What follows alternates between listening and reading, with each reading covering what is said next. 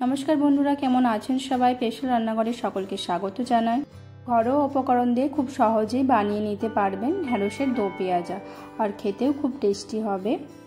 रुटी परोटा एमनकि भातेर साथेও खेते खूबই ভালো লাগবে। चलुन ताहले देखे नेওয়া যাক आजकेर रेसिपिटी।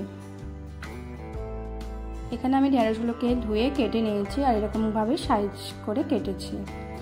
আর নিয়েছি তিনটে পেঁয়াজ কোচানো, এখানে পেঁয়াজের পরিমাণটা বেশি থাকবে। আর নিয়েছি একটা বড় সাইজের টমেটো টুকরো, আর এখানে নিয়েছি টমেটো, পেঁয়াজ আর কাঁচা লঙ্কা এভাবে কেটে নিয়েছি। এবারে কড়াইয়ের মধ্যে তেল দিয়ে ঢেঁড়সগুলোকে ভেজে নিতে হবে।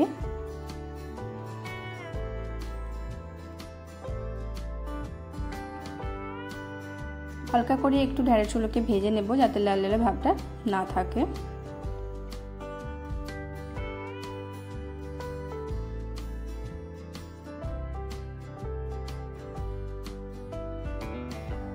ঢেঁড়সটা ভাজা হয়ে গেছে, এবার তুলে রাখবো।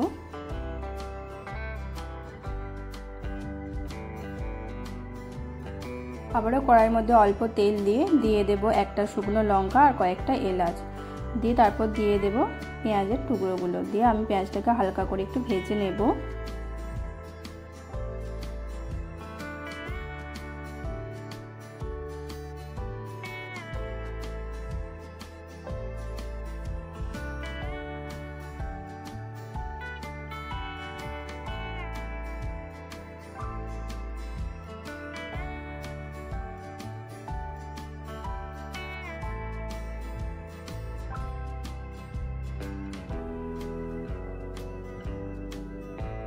পেঁয়াজটা হালকা করে একটু ভাজা হয়ে গেছে, এরপর এর মধ্যে দিয়ে দেব আদা রসুনের পেস্ট দিয়ে আবারও হালকা করে একটু ভেজে নেব।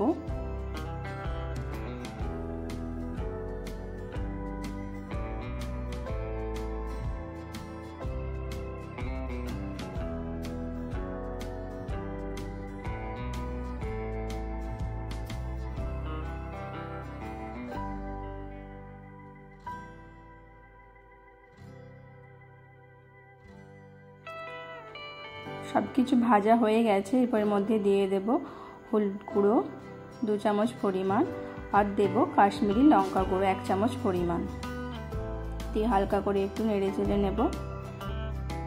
দিয়ে অল্প জল দিয়ে আমি একটু এটাকে কষিয়ে নেব।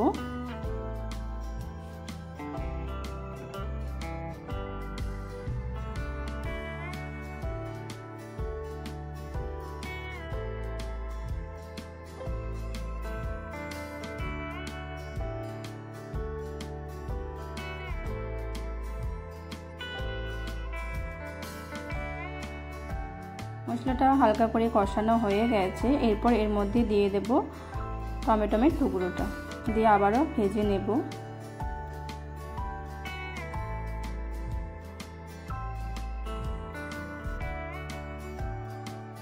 দু চামচ পরিমাণ নুন দেব যাতে টমেটোটা ভালোভাবে গলে যায়। এখানে যদি মনে হয় আপনাদের জল দেওয়ার খুব প্রয়োজন তো জল দিতে পারেন। আমি এখানে একটু অল্প জল দিয়ে আবারও কষিয়ে নেব, কারণ এখানে টমেটোর পেস্ট দিলে জল দেওয়ার খুব কোনো প্রয়োজন নেই।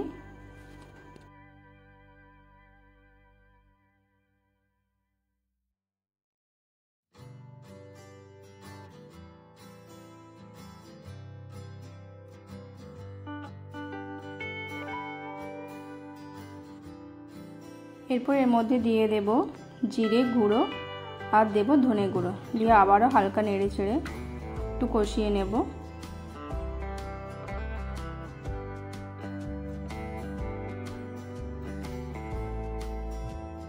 এরপর এর মধ্যে দিয়ে দেব ফেটিয়ে রাখা টক দই।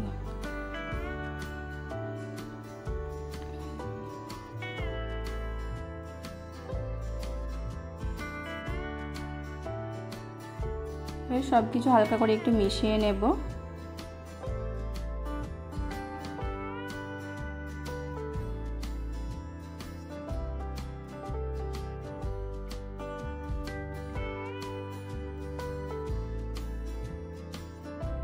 এরপর দিয়ে দেব অল্প পরিমাণ চিনি টক ভাবটাকে ব্যালেন্স করার জন্য দিয়ে হালকা মিশিয়ে নিয়ে আমি এটাকে কিছুক্ষণের জন্য ঢাকা দিয়ে ভালো করে কষিয়ে নেব।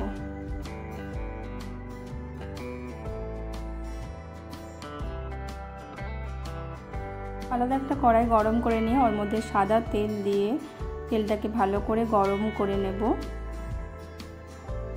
এরপর এর মধ্যে দিয়ে দেব পেঁয়াজের টুকরোগুলো,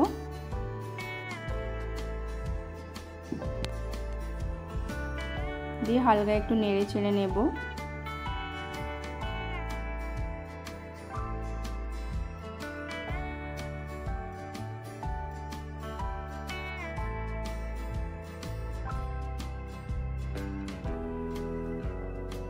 এরপর এর মধ্যে দেওয়া আছে টমেটোর টুকরো আর কাঁচা লঙ্কা, আর এর মধ্যে আমি দিয়েছি অল্প হলুদ গুঁড়ো, কাশ্মীরি লঙ্কা গুঁড়ো আর অল্প নুন দিয়ে এটাকে হালকা একটু ভেজে নেব। খুব বেশি ভাজার কোনো দরকার নেই, হালকা ভেজে নিলে হবে। আমার এখানে হালকা করে ভাজা হয়ে গেছে, আমি গ্যাসের ফ্লেমটাকে বন্ধ করে রাখবো। দেখতেই পাচ্ছ মশলাটা ভালোভাবে কষানো হয়ে গেছে, হালকা নেড়ে চেড়ে এর মধ্যে আমি দিয়ে দেব ভেজে রাখা পেঁয়াজ, কাঁচা লঙ্কা আর টমেটোর টুকরোটা দিয়ে আবারও আমি সব কিছু একসাথে মিশিয়ে নেব।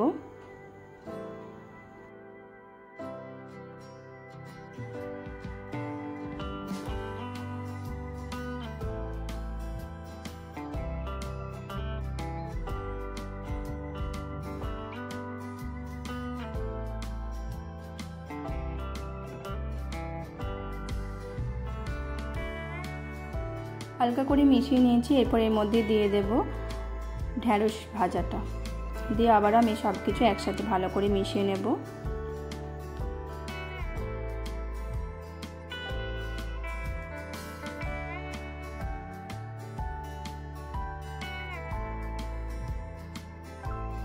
ভালোভাবে ঢ্যাঁড়সটাকে মিশিয়ে নিতে হবে। এখানে যদি জলের প্রয়োজন হয় তো আপনারা জলের দিতে পারেন অল্প পরিমাণ, দিয়ে ভালোভাবে একটু কষিয়ে নেবেন।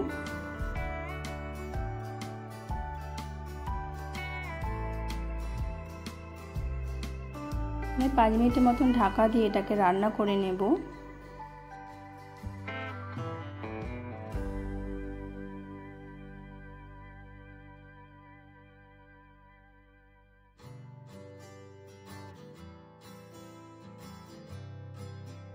পাঁচ মিনিট পর ঢাকনা খুলে নিয়েছি, দেখতেই পাচ্ছ কতটা লোভনীয় হয়েছে। আপনারা টেস্ট করে দেখে নিতে পারেন সব কিছুর পরিমাণ ঠিক আছে কিনা। গ্রেভির পরিমাণটা এরকমই থাকবে। আর পরিবেশনের জন্য একদম রেডি হয়ে গেছে ঢ্যাঁড়সের দো পেঁয়াজা, আর খেতেও খুব সুস্বাদু। গরম ভাতের সাথে বা রুটি পরোটার সাথেও খেতে খুবই ভালো লাগবে। আজকের রেসিপি যদি আপনাদের ভালো লেগে থাকে অবশ্যই লাইক কমেন্ট শেয়ার করবেন, আর প্লিজ চ্যানেলটিকে সাবস্ক্রাইব করে দেবেন। ভালো থাকবেন, ধন্যবাদ।